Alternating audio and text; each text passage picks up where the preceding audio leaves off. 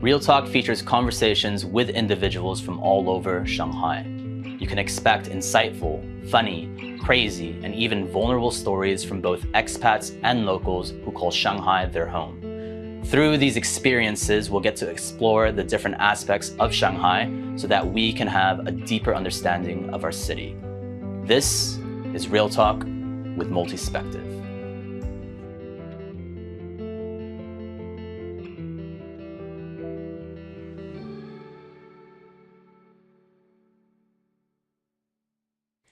Perpetua Mbali. She is a young, thriving entrepreneur here in Shanghai. She started several businesses such as Afro Asian and AfricanRedHead, and she's spearheaded so many different really cool and fun projects within the line of her work, including things like hosting book events and writing, blogging. She's also podcasting, and she's involved in so many different cool things here in Shanghai. And her name, this company has spread all around the city. So what the purpose of this organization is to actually integrate the African and the Asian cultures together to raise awareness about what the nuances of the culture, the community is like here, and to basically break down stereotypes that may exist in Shanghai. So we are super excited here at Real Talk to invite Perpetua Mbali. Mbali, welcome. Thank you for having me. Thank you so much for being here.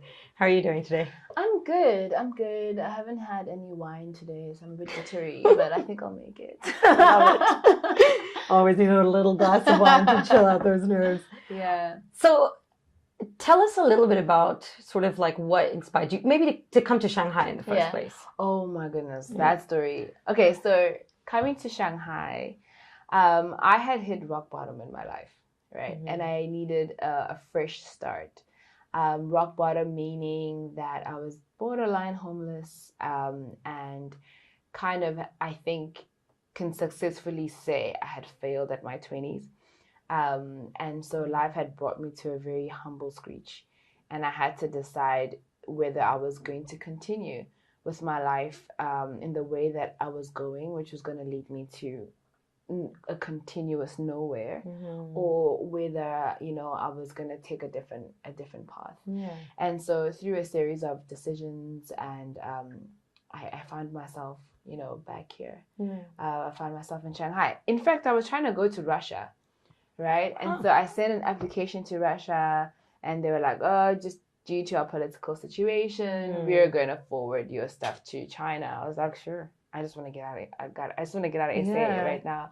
And then they called me EF. It was right. They called me a couple of days later, like, hey, we got your stuff, and then the rest is history. Pretty much. Yeah.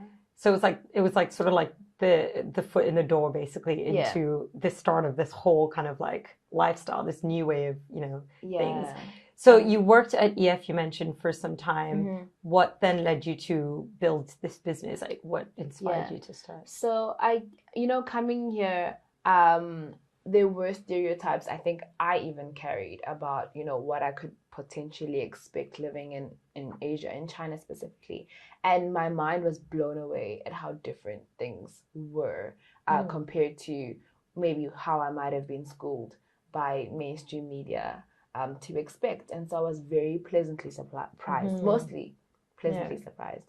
And the questions that I was getting from back home, like about, am I eating dog? And, is this happening? All these kind of stereotypes. I was like, no, that's not my reality. In the same way that, like, as an African, there's certain stereotypical questions that I was getting.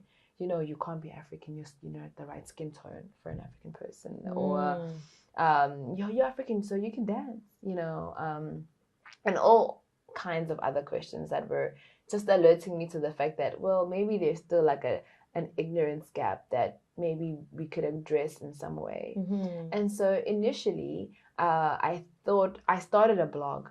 And at the time I was focused on AfricanRedHead, which was just like an expression of my creativity and all that coming from South Africa. So that platform already existed. Mm-hmm. And I thought, okay, why not use this and extend it? And I invited a few bloggers in different industries, like experts here and in Africa, and they would report on specific industries in a way that maybe wasn't commonly reported.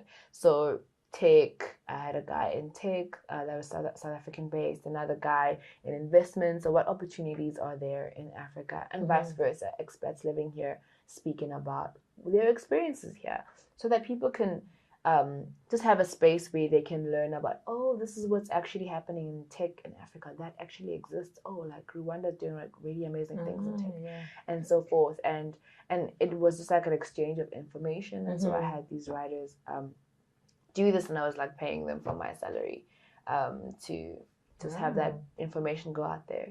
But like as I continued to want to push this message forward, like there's so much more to Africa and Asia than what meets the mainstream eye.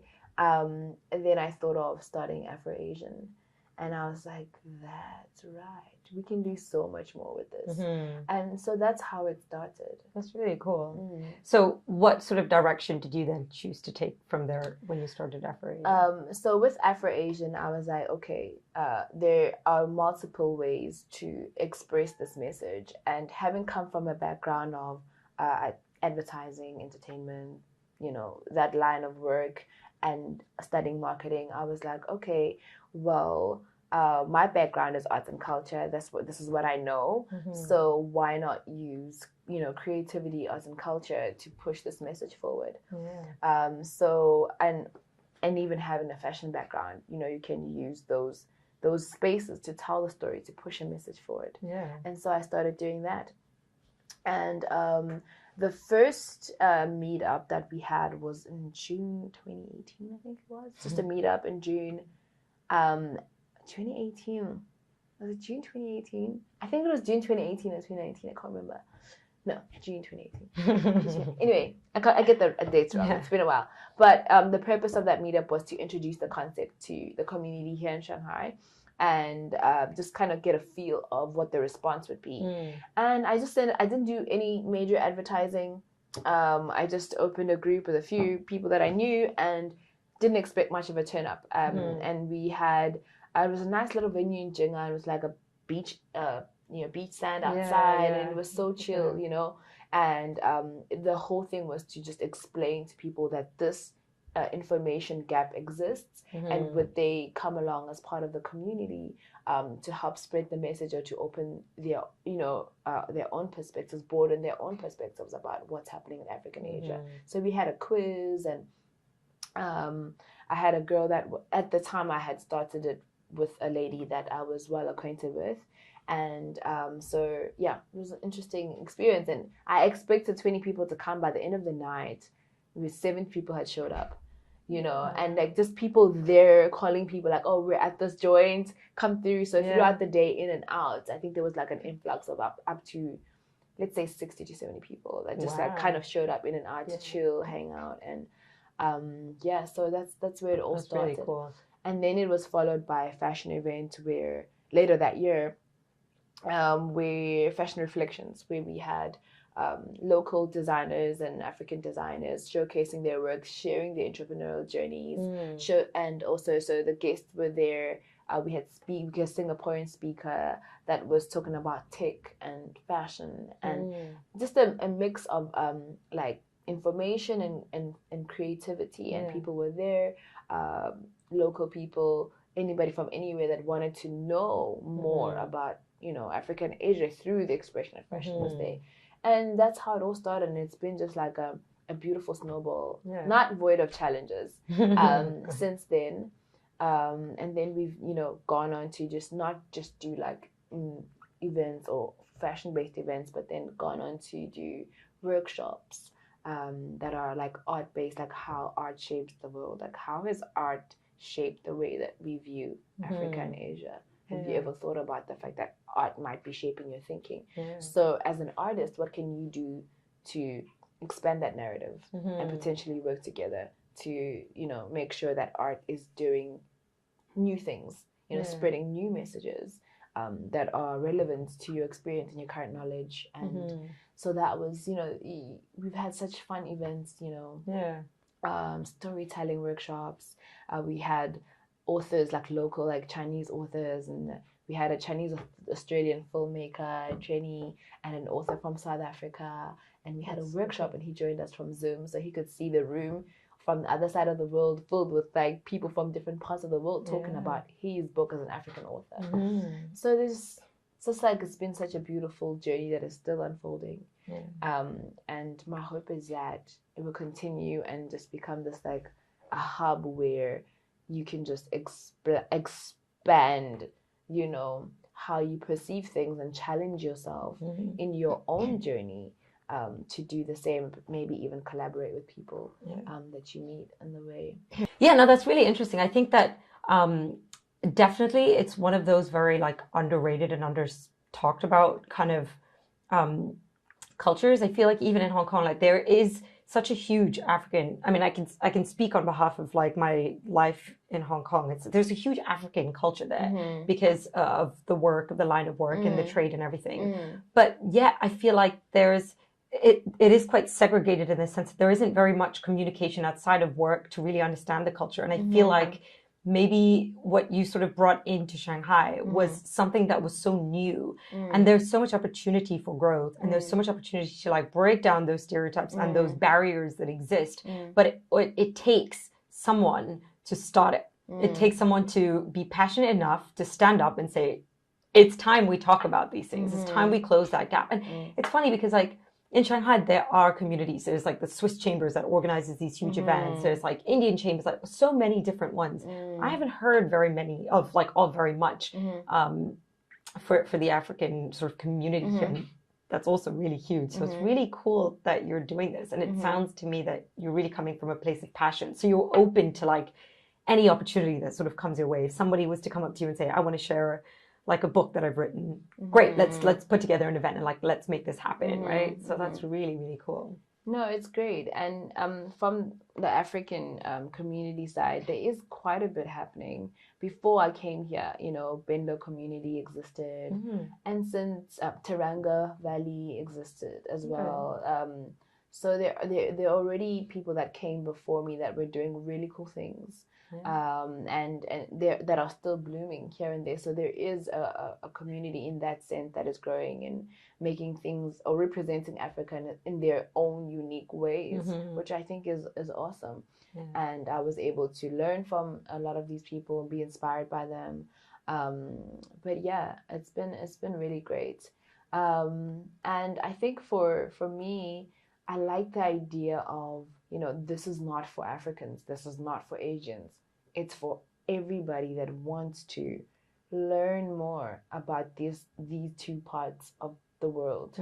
It doesn't matter where you're from, you know, but if you want to challenge your thinking about it or like be part of a community where, guys, let's just figure out, you know, if there's more to these parts of the world than what meets the eye, then Afro Asian is for you. It's not, you know, it's not just for Africans or just for Asians. It's for everybody that, you know, wants to know more about, you know, these cultures.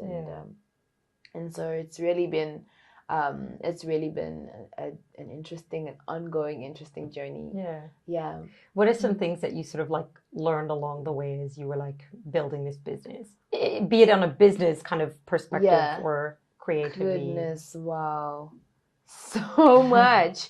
I think it's my biggest challenge has been finding the right partners, like the right people to really partner with, and to trust with the vision, you know. People come along, oh, this seems like a great idea, but when it actually comes to getting things done, then people kind of fall away, because it takes a lot of work to build something that's like not a tangible product, but it's a way of thinking that you're selling. It takes a lot of work to keep people interested in that. And sometimes like it looks good, you know, the videos are good, the pictures look great, you want in on it until you realize how much work it actually takes to build this. That's true. And so yeah, finding like partners has been difficult, and I would like to actually not work by myself, or have somebody really come alongside my vision in a way that meets, if not exceeds, my work ethic, you know. And ask people that have worked with me, I can be a bit of a slave driver. I don't want to put it that way, but yeah. But I've been really lucky to find people that I can work with project by project consistently over time, especially on the media team, which is important. Get the message out there. Slowly, hoping that as things progress, the right people will come alongside me to help me build this. I definitely don't want to build it alone forever, because it's not going to take one person. What would you say are some of the biggest, well, you could pick one or two, but some of the biggest sort of misconceptions that people have had that you felt okay, we need to let's raise awareness on this. Let's organize some event to raise awareness on this particular matter, because people are understanding it all wrong. I think, I did a workshop, the one about art changes perspective, and actually included the topic of skin. Right? Ooh. Skin. And I found something common between Asians and Africans is that there is an issue with skin bleaching in both sides of the world, right? So skin bleaching is a thing. And so I found there's so many little things that you find, why do we want to become lighter skinned as Africans and as Asians? We both want this. Why? What happened? And that opened up a lot of education from my side, from a historical point of view, what happened in India that it's like this there, what happened in Asia that it's like this here, and all of that. And it was such an educational process to create that part of the workshop. It's skin. Skin is the first thing that people engage with when they see you. And based on your skin, they're going to make whatever judgments they make. Oh, you're dark, you must be from here. This must mean this, and that, And so how do we take the I would say the canvas of skin and make it a narrative that can now bridge, or change stereotypes, and so there's so many things that I'm just there's so much to learn. So skin is definitely something that we've looked into. Wow. And what are some things that you've sort of done to just address this, or the workshop was really cool, because then we had to create so the people that were there had to create a solution together to address a lot of the things that came up. There was skin, there was education, freedom of speech, all of those kind of things. Do you work with government parties or with NGOs, or not have you yet? Not yet. That's definitely something I'm looking into in the next phase of it. A lot of the stuff that I have done until now have been, I guess, feelers to see what are people responding to, what's working, what's not, what's sustainable, what's not. And now that I have a good base of things, there are things that'll fall away, and then there are things that I'm okay, I can definitely run with this. And then, not be confused. Let's say I'm pitching somewhere, okay, this is what we're doing, this is what we're focused on. I think in the next phase of our growth or development, we're definitely looking to collaborate with, That's really, really interesting. I knew of the concept of skin bleaching to be very common in India and in some places as well, in Korea, in China. But I didn't actually know that was a thing as well in Africa, in South Africa. Well, not even South Africa necessarily, but in various countries across the continent, definitely. And is it sort of linked to the concept of beauty as well? Is that what it comes down to? It's linked to it's linked to mainstream media and the power that mainstream media has to shape our idea of identity. This is beautiful because this is what's always pushed to us, right? Like light skin, blue eye, whatever it is, that is beauty, and I mean things are changing now, but we still have so much work to do. And again, because it's still making so much money. That industry of skin bleaching is still making so much money. So there's a lot of work still to be done. Yeah, that's really interesting. What about in terms of future projects? What are some, because I know that COVID, the whole lockdown situation here in Shanghai must have taken a massive toll on your line of work, because a lot of what you've mentioned is like, workshops or events where people actually come together. How did this whole lockdown affect? Yeah, this lockdown, I said they're like, wow, I'm to rethink life, No, but it really challenged my business model a lot, and made me realize that part of what I do has to have a strong online basis. And so how can I take this very same message and make it accessible online in a way that is still engaging, still informative, still, feeding to the vision of Afro-Asian. And prior to the lockdown, I was already having this kind of thinking, and we were supposed to start recording our Afro-Asian Thrive as a podcast. So now that it's post-lockdown, we'll start recording it, but also making sure that, oh my goodness, if lockdown happens again, how can I still continue recording, so a podcast is a good way to get the message across, as you know. So we're working on that side of things, but also just having information, like let's say a course, what about an intercultural course? That people can actually learn and download, and like, okay, here's a course that's teaching me about how to culturally integrate in African Asia, so that's a digital resource that still feeds the message that Afro-Asian stands for. So just looking at like, what are our digital options to make sure that we can still push the same messages across. So the first one that we're working on is the podcast. And fortunately, just before lockdown, we had also started the Afro-Asian Book Trail Club, which is focused on people reading African authored and Asian authored books, which is something that I had an issue with, because I was like, even as an African child in my schools, I wasn't exposed to a lot of African literature as much as I should be, given the fact that I'm on the African continent, right? If it wasn't for my mother, I might have never read African books, right? She used to bring them. She's a teacher. She used to bring them from school and make sure that I knew that there was more to, literature than what I found in the local community library or the library at school. And in the same breath, there were no Asian authored books available, or not an abundance of them. And as I asked people, I was researching this book club, I found that this is the same. It's the same in America. They're not out there reading African authored or Asian authored books. It's the same in Canada. It's the same in so many places that people are like, oh, Africans write books? That's a thing.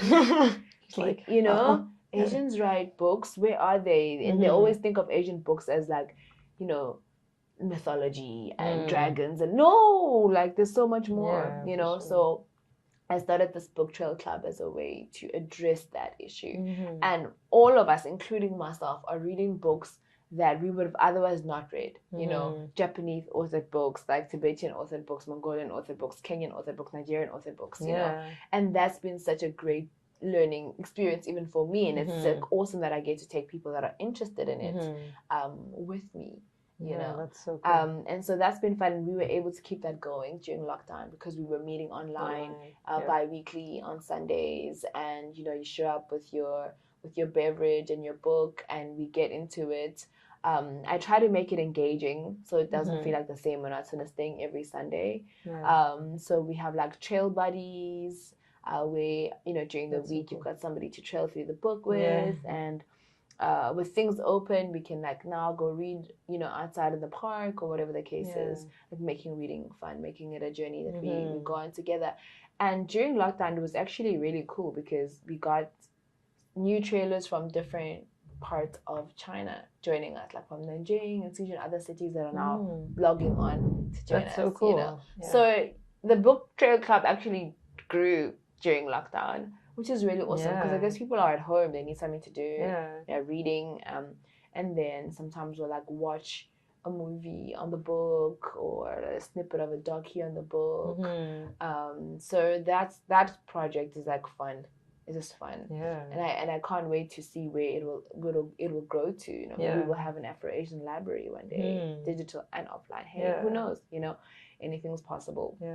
But it's unfolding, and for now, the seeds that are sown for its growth are just the book club Mm-hmm. seeds, and we take it just a step at a time. Yeah. Yeah. And generally people who like reading also love podcasts. So you should definitely introduce a Yeah, podcast to that right. crew. Cause Yeah. I mean, Yeah. and your podcast is going to be addressing exactly all of this. The stuff that they are already interested in and have been joining for your books as well. So it's just like this whole amalgamation of like all Yes. of it. Yeah. Yeah, it's really cool. So it's the same story at the end of the day. It's whether it's a podcast or a workshop or a book trade club or, you know, an event, Yeah. all feeds to, did you know? Yeah. You know? Yeah. And the truth is like just Asia. I mean, I can only speak on behalf of Asia, but like just the Asian culture in itself is so diverse. Like Exactly. Japan and Koreans may look alike to a Westerner or foreigner, but their cultures are so vastly different. Yeah. There must be endless amounts of books. There must be endless amounts of podcasts and like things that you can,